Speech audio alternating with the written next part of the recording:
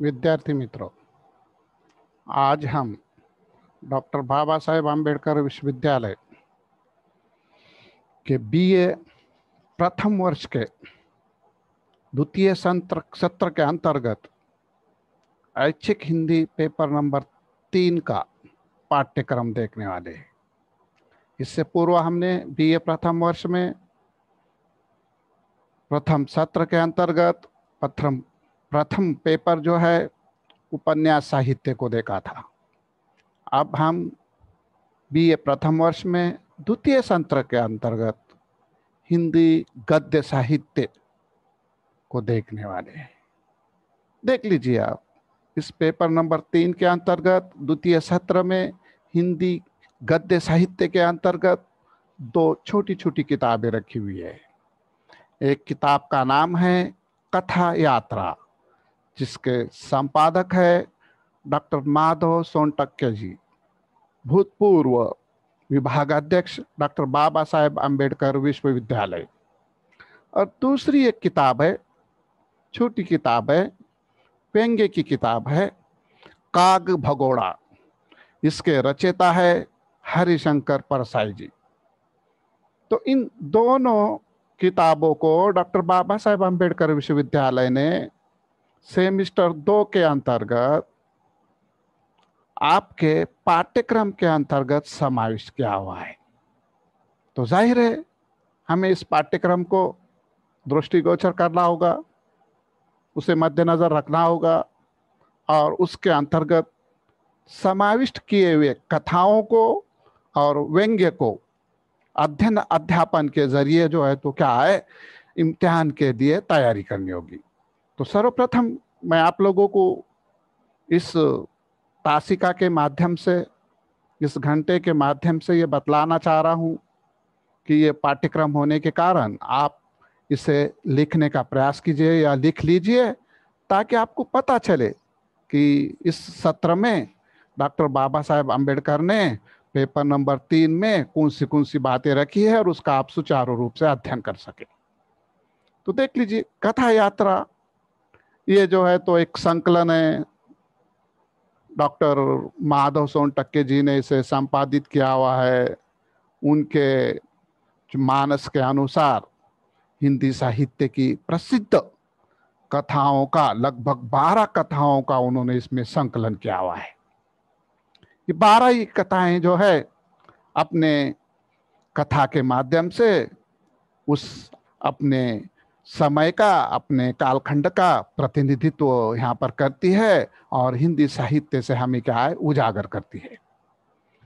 तो अब देख लीजिए इसमें कौन से कितनी है, क्या है, कथाएं वगैरह, और इस किताब में से कौन सी कथाओं का केवल डॉक्टर बाबा साहेब आम्बेडकर विश्वविद्यालय ने प्रथम वर्ष के लिए समावेश किया और कौन से को छोड़ दिया, है ना। अब पूरी किताब आप देखेंगे तो उसमें ज्यादा कहानियां हैं और वो सारी कहानियां या कथाएं आप देखते हैं जो पाठ्यक्रम में समावेश नहीं है, उसका अध्ययन करते हैं तो आपको उसका उचित लाभ नहीं हो सकता।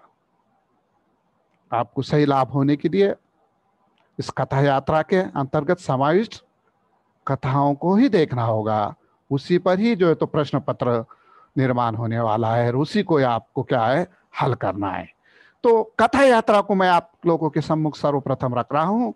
उसमें जो है तो मैंने जैसे कि कहा 12 कथा है और उन कथाओं को मैं यहाँ एक के बाद एक आप लोगों के सम्मुख रख रहा हूँ और आप वो जो है तो लिख कर ले लीजिए।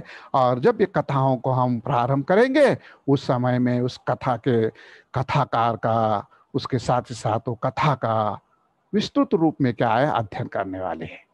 और आपका जो है तो समाधान करना ये हमारा कर्तव्य होने के कारण आपका समाधान इसमें कराने की पूरी हम क्या है, चेष्टा करने वाले हैं। तो देख लीजिए, कथा यात्रा टाइटल डाल दीजिए। संपादक तो मैंने आपको बार बार बतलाया, माधव सोनटक्के जी है। नंबर 1 कहानी है, कहानी का नाम है जमींदार का दृष्टांत। ये एक पाश्चात्य विद्वान है, इन्होंने जो है तो लिखी हुई है। इसके बारे में कहा जाता है ये पहली कथा भी है। और रेवरेंड जे न्यूटन इसके जो है तो रचयिता है। ये आपके समझने के लिए आप इतना भी स्मरण में रखते हैं तो उचित है, जमींदार का दृष्टांत जे न्यूटन। ये पहली कथा है। दूसरी एक कथा है जो माधव सप्रे जी ने लिखी हुई है, बड़ी मन को छूने वाली, भावनिक है, संवेदनशील है, और मिट्टी से क्या नाता होता है इसका यहाँ पर जो है तो विवरण वगैरह किया हुआ है। और उस कहानी का नाम है एक टोकरी भर मिट्टी। क्या नाम है कहानी का? एक टोकरी भर मिट्टी, माधव सप्रे। मुझे लगता है कि आप लोगों ने ये टाइटल भी या यह कहानी का शीर्षक भी क्या है लिख लिया होगा। अब इसे पढ़ाते समय में मैं विस्तृत मात्रा में या सविस्तार के साथ जो है तो मैंने इससे पहले भी कहा और अभी भी कह रहा हूँ कि रचनाकार और रचना के साथ ही साथ रचना के ऊपर प्रकाश डालने वाला हूँ। हम देखते हैं कि कोई भी व्यक्ति हो, उसका घर उसके लिए कितना मायने रखता है। अब हम एक आधे 5 स्टार होटल में जाकर यदि रहना पड़ा हमें और रह रहे, तो वहां वो जो आनंद नहीं मिलता जो अपने झोपड़ी में मिलता है ना, वही भाव यहाँ पर भी एक टोकरी भर मिट्टी के माध्यम से उसको क्या है हम समझ सकते हैं। इस प्रकार की इसकी कथा वस्तु है।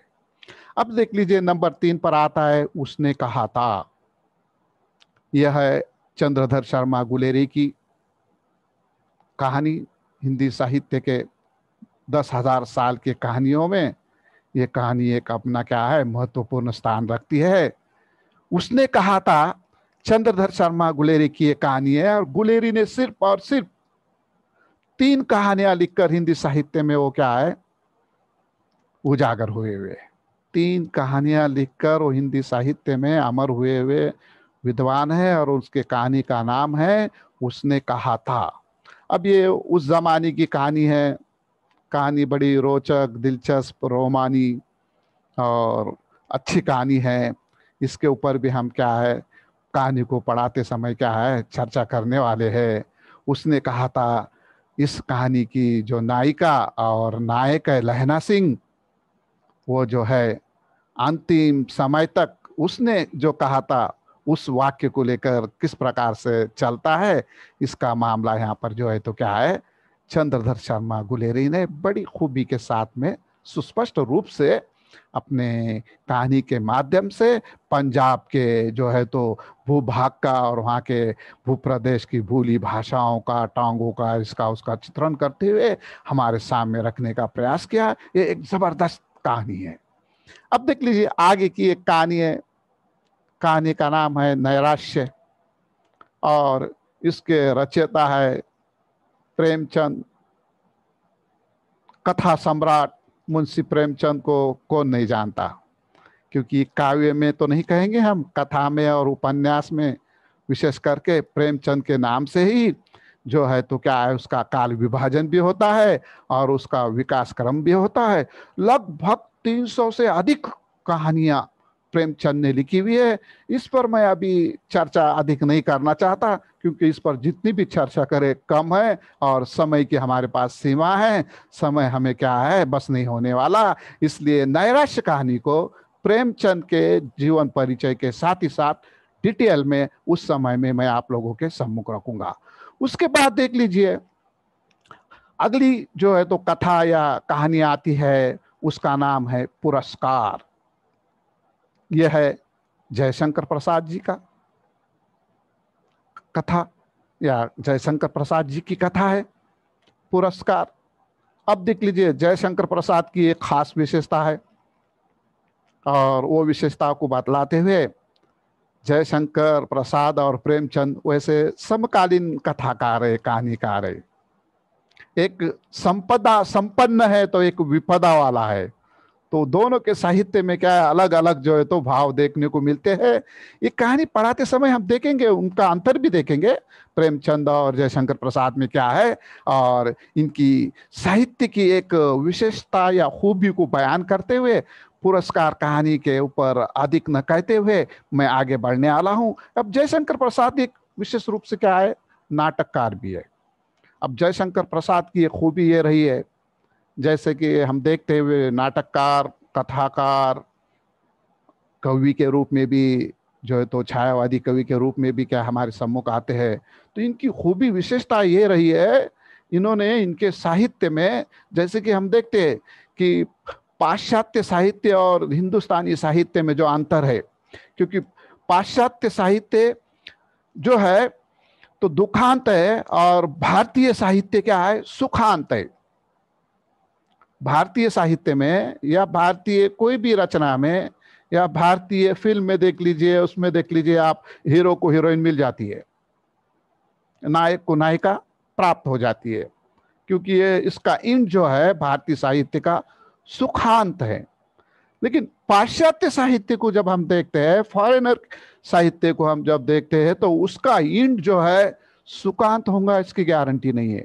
कोई एक आधी बॉलीवुड की फिल्म वगैरह देख लीजिए आप, आपके समझ में आ जाएगा कि हीरो हीरोइन मिलके इतना संघर्ष करते हैं, इतना संघर्ष करते हैं, अंत में हीरोइन हीरो को शूट करती है और चल देती और फिल्म द एंड हो जाती। यानी कि कहने का तात्पर्य यहाँ पर यह है कि भारतीय साहित्य सुखांत है तो पाश्चात्य साहित्य क्या है, दुखांत है। किंतु जयशंकर प्रसाद का साहित्य जो है न सुखांत है न दुखांत है, उनके नाम के माफिक क्या है, प्रसादांत है।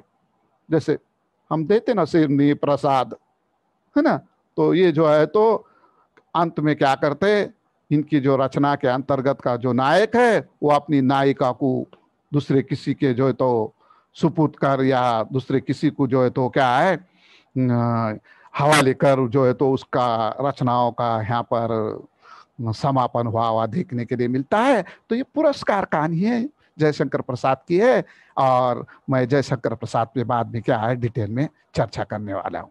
देख लीजिए अगली कथा यहाँ पर आती है, उसका नाम है नारंगियां।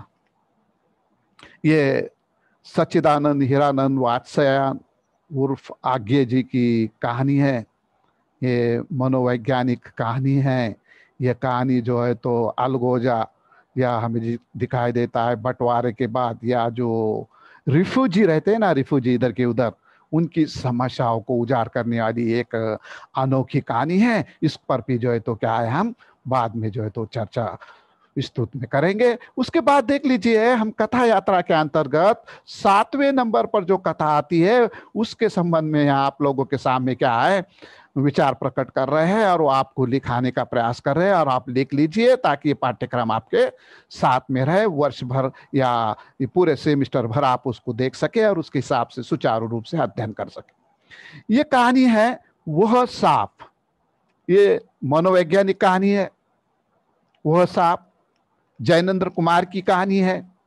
जैनेंद्र कुमार ने लगभग मनोवैज्ञानिक स्तर की ही रचनाओं का क्या है सृजन वगैरह किया हुआ देखने के लिए मिलता है। और ये एक अलग ढर्रे की, जैसे कि मैंने बताया कि डॉक्टर माधव सोनटक्के जी ने इन कथा यात्रा के संपादन के समय में 12 नमूने की 12 खूबी वाली 12 कथाओं का क्या है सृजन किया है, और हमारे पाठ्यक्रम में उसको समाविष्ट किया हुआ है। तो उनकी खूबियों की एक एक झलक बतलाते हुए मैं इन कहानियों के रचनाकार तथा इन कहानियों के जो है तो टाइटल को या सबक को आप लोगों के सम्मुख रखते हुए कथा यात्रा के सिलेबस में कौन सी कथाएं समाविष्ट है इस पर चर्चा कर रहा हूं। तो मैं आपको बतला रहा था वह सांप हो गई जैनेंद्र कुमार की, शायद आपने लिख लिया, नहीं होगा तो लिख लीजिए। हाँ, उसके पश्चात आगे हम बढ़ते हैं। परमात्मा का कुत्ता, ये मोहन राकेश की कहानी है। देखो इस कहानी की भी बड़ी एक खूबी है, और जब हिंदुस्तान पाकिस्तान अलग हो गया तो ढेर सारे लोग हिंदुस्तान से पाकिस्तान में स्थानांतरित हो गए, और पाकिस्तान से जो है तो हम जो निर्वासी वगैरह कहते हैं ना, वो निर्वासित होकर जो है तो हिंदुस्तान में आ गए। और आने के बाद लोगों ने पहले वहाँ जो बड़े शान और शौकत से थे, चाहे वो इंडिया वाले हो या चाहे पाकिस्तान वाले हो, यहाँ से वहाँ उनको जब स्थानांतरित होना पड़ा, निर्वसित होना पड़ा, तो किस किस यातनाओं से, किस किस ट्रेजेडी से गुजरना पड़ा, और उनके हालात कैसे बद से बदतर हुए, इसका एक अनोखा चित्रण परमात्मा का कुत्ता इस कहानी के अंतर्गत मोहन राकेश जी ने चित्रित किया हुआ है। अब देख लीजिए आगे की जो कहानी है वो फणीश्वरनाथ रेणु की कहानी है। फणीश्वरनाथ रेणु मैंने आपको इससे पहले जो है तो पढ़ाते समय कहीं ना कहीं मुझे ऐसा लगता है कि उसका उल्लेख किया था। फणीश्वरनाथ रेणु ये जो है तो आंचलिक उपन्यासकार हैं, आंचल के कवि है, और इनकी कविताओं पे, सॉरी कविता नहीं कहेंगे, कहानियों पे जो है तो क्या है, फिल्म तक बनी हुई है। जैसे कि राज कपूर की वो फिल्म तीसरी कसम उर्फ मारे गए गुलफाम, ये क्या है जो फिल्म बनी हुई है, फणीश्वरनाथ रेणु की कहानी है तीसरी कसम। और इस कहानी में वो नायक जो है तो 3 बार कसम खाता मैं अब ऐसा जिंदगी में नहीं करूंगा, और फिल्म खत्म हो जाती है।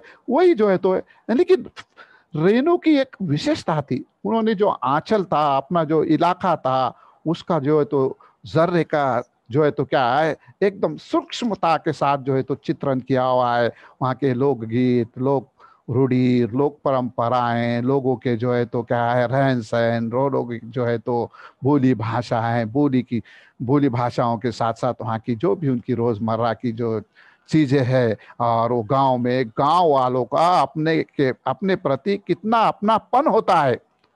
और उसको उसके खिलाफ जरा भी कुछ कोई कहता है तो कितना बुरा लगता है, ठेस पहुंचती है।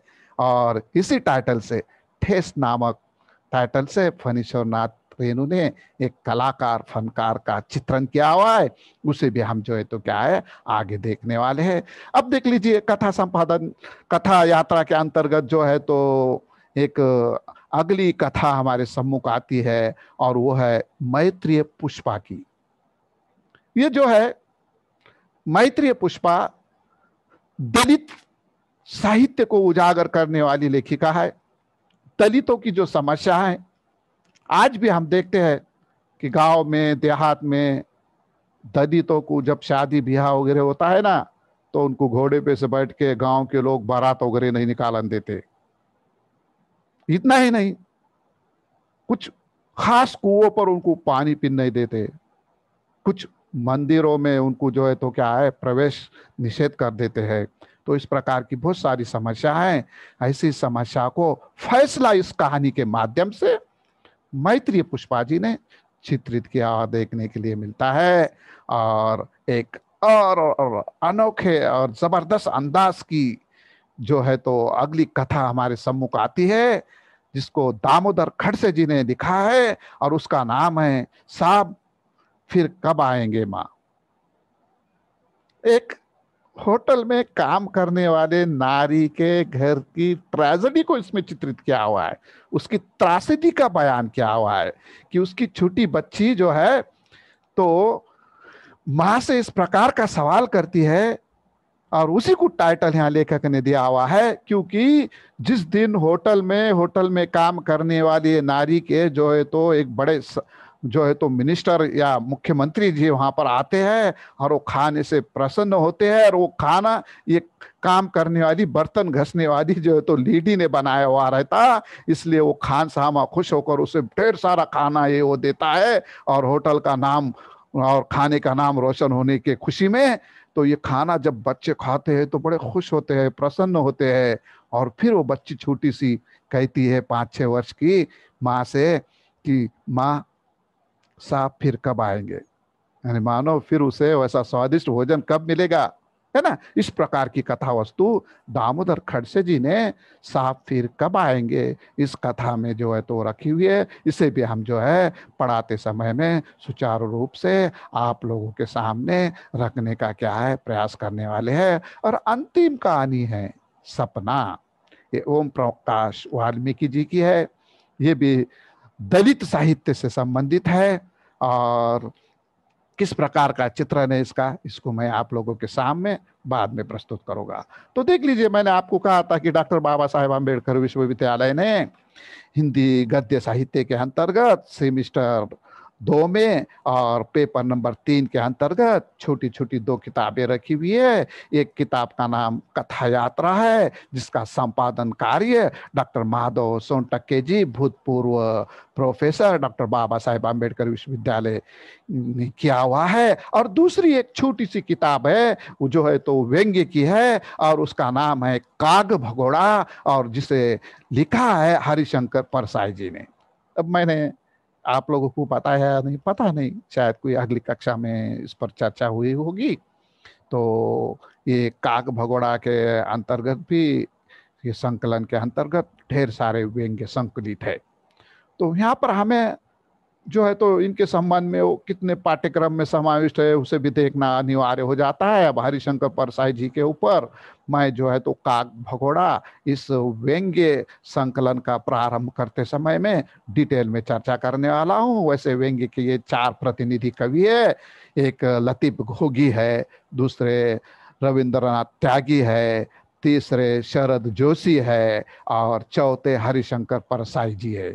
ये 4 व्यंग्य के क्या है, व्यंग्य के ये 4 प्रमुख कवि है, आधार स्तंभ है। और इन्होंने व्यंग्य में जो है तो क्या है, तहलका मचाया हुआ है। और इनका काग भगोड़ा ये जो संकलन है, उसमें के सिर्फ और सिर्फ 8 यहाँ पर जो है तो रचनाओं को हमें देखना है। उसमें ढेर सारी रचनाएं, वो रचनाओं से हमें कुछ अभी लेना देना नहीं है, किंतु इनकी केवल पाठ्यक्रम में समाविष्ट डॉक्टर बाबा साहेब अम्बेडकर विश्वविद्यालय के 8 रचनाएं हैं। इन्होंने बड़ी पैनी तीखी दृष्टि से इस प्रकार की आलोचना की है, और ऐसा व्यंग्य किया है कि समाज के इस कथा के अंतर्गत के जो पात्र है या जो घटना है, वो खुल खुल कर हमें हमारे सम्मुख आ जाती है।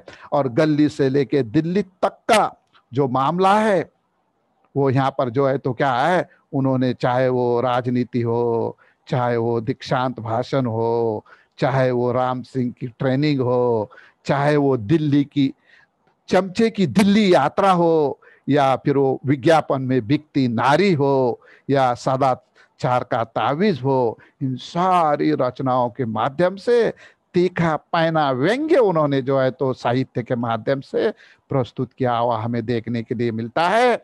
मैंने सरसरी निगाह के माध्यम से या सरसरी यूं ही जो है तो बातों में आपके सामने काग भगोड़ा के कुछ चुनिंदा चैप्टरों के नामों का तो जिक्र किया, लेकिन आपको ये दूसरी जो किताब है काग भगोड़ा हरिशंकर परसाई जी की, इनके भी जो है तो क्या है चैप्टर लिख लेने चाहिए, ताकि आपको आगे अध्ययन की सुविधा के लिए ये किताब में कि केवल और केवल इतने ही जो है तो क्या है व्यंग्य देखना है, इसका पता चल जाएगा। तो आप लिख लीजिए, फिर से लिख लीजिए। मैं एक एक बार फिर से आपके सम्मुख रखता हूँ, और इस पाठ्यक्रम को जो है तो यहाँ पे क्या है समापन कर कर सुचारू रूप से पाठ्यक्रम के एक एक चैप्टर को एक के बाद एक के बाद हम जो है तो क्या है विस्तृत रूप में देखेंगे। तो लिख लीजिए आप। पहले मैंने कहा था 2 छोटी छोटी किताबें, एक कथा यात्रा तो हो गई, संपादक का नाम भी लिख लिया आपने, उसमें की 12 कथाएं भी आपके पास आ गई ना। हाँ, तो आप देख लीजिए काग भगोड़ा।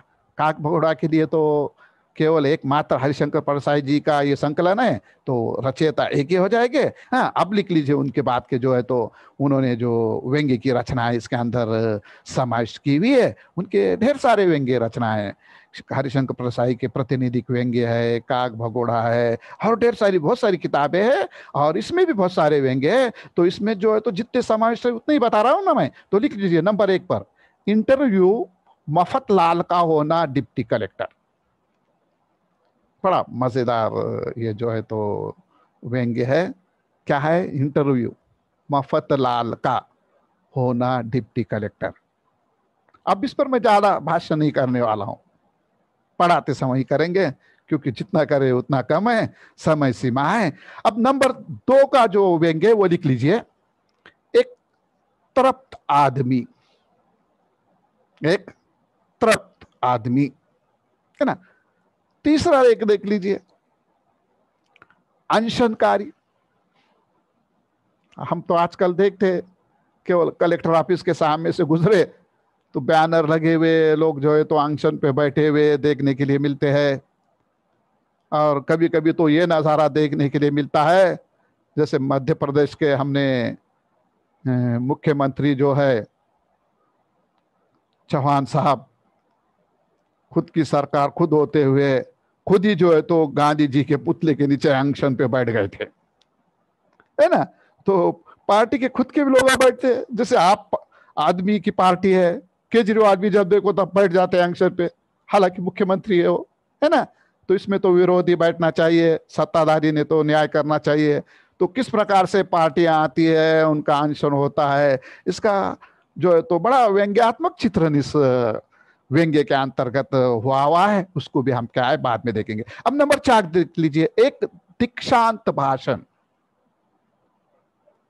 आजकल मैं व्हाट्सएप देख रहा था, तो मुझे डॉक्टर बाबा साहेब आम्बेडकर विश्वविद्यालय के दीक्षांत भाषण की, दीक्षांत समारंभ की जो है तो क्या है सूचना पढ़ने के लिए मिली। क्योंकि हम देखते हैं कि चाहे मेडिकल कॉलेज हो, चाहे हमारा एकेडमिक कॉलेज हो, या हमारी यूनिवर्सिटी हो, या हेल्थ यूनिवर्सिटी हो, इनमें भी जो है तो अंतिम वर्ष के जो छात्र होते हैं उनके लिए जो है तो दीक्षांत पदवीदान समारंभ का क्या आयोजन होता है, और आयोजन के ऊपर भी किस प्रकार से इन्होंने तीखा व्यंग्य प्रकट किया हुआ है वो देखने के लिए मिलती है। अब आगे बढ़ते हैं तो पता चलता है उनका एक बड़ा रोंगटे खड़ा कर देने वाला और मन को लुभाने वाला और ट्रेनिंग भी इस किस्म की होती है, ये पढ़ने के लिए मिलने वाला राम सिंह की ट्रेनिंग नामक जो है तो व्यंग्य है। राम सिंह पुलिस सिपाही है, बड़ा ईमानदार है, अच्छा है, और वो जब भी अच्छा ऐसे काम करता तो लोग उसकी किस तरह से खिल्ली उड़ाते हैं, ये पुलिस होते हुए भी उसका कोई रोब नहीं गिरता। तो उसको जो है तो किस प्रकार के गलत काम करने के फंडे अपनाना पड़ता है उसकी ट्रेनिंग बताई गई। यानी पुलिस वाला अगर सज्जन है तो मुश्किल है, पुलिस वाला अगर पुलिस वाला ही है, समझ गए आप, पुलिस वाला ही है बोल तो पुलिस कैसा है। क्योंकि बाद वक्त लोग कहते हैं ना, ना पुलिस से दोस्ती अच्छी ना दुश्मनी अच्छी। तो राम सिंह की ट्रेनिंग, ये एक जो व्यंग्य है बड़ा ही क्या है अजीबो गरीब है, उसको भी मैं आप लोगों के सामने रखूंगा। अब देख लीजिए, अंतिम तो नहीं कहेंगे, छठे क्रमांक का जो व्यंग्य है हरिशंकर प्रसाद जी का ही है, वो है चमचे की दिल्ली यात्रा। अब आजकल चमचों की क्या कमी है कि भाई हर गली मोहल्ले से लेके दिल्ली तक है ना। हो सकता है ये भी दिल्ली तक गली का कोई चमचा पहुंच गया होगा, उसके बारे में विवरण होगा, है ना। अब छोड़ दीजिए, उसके बाद अगला जो व्यंग्य है वो मैं आपको बतला रहा हूं, विज्ञापन में बिकती नारी। अब देख लीजिए, ये तो एडवर्टाइज का विज्ञापन का जमाना है। मैं एक विज्ञापन देख रहा था, विज्ञापन में तारीफ नारी की हो रही थी क्या गाड़ी की हो रही थी समझ में नहीं आ रहा था। एक और गाड़ी को संकेत के रूप में बताया हुआ था, और एक और जो है तो क्या है एक सुंदर सी मॉडल नुमा जो है तो एक नारी वहां पे खड़ी हुई थी, और डायरेक्ट इनडायरेक्ट जो है तो मानो क्या है दोनों को वहां पर बतलाते हुए वो जो है तो उसका वहां पर जो तो विवरण कर रहे थे। तो विज्ञापन में बिकती नारी, हर चीज के लिए नारी। अब सेविंग हो रही, सेविंग क्या, नारी को सेविंग करना पड़ती क्या, वो कोई जिलेट फिलेट नामक बिलेट वगैरह आती है, उसमें जो है तो ना बता रहे किसको, विज्ञापन में नारी को, और चर्चा चल रही कौन सी है। और अंतिम ऊपर यहाँ पर जो है तो व्यंग्य है सदाचार का तावीज। और इस प्रकार मैंने इस घंटे में आप लोगों के सम्मुख डॉक्टर बाबा साहेब आम्बेडकर विश्वविद्यालय ने हिंदी गद्य साहित्य बीए प्रथम वर्ष के द्वितीय सत्र का जो पाठ्यक्रम निर्धारित किया था, सुस्पष्ट रूप से आपके सम्मुख रखने का प्रयास किया, उसे दिखाने का प्रयास किया। मुझे ऐसा लगता है कि आप लोगों के सम्मुख ये चंद बातें क्या है अच्छी आई होगी, आप समझ चुके होंगे। और आज के लिए धन्यवाद।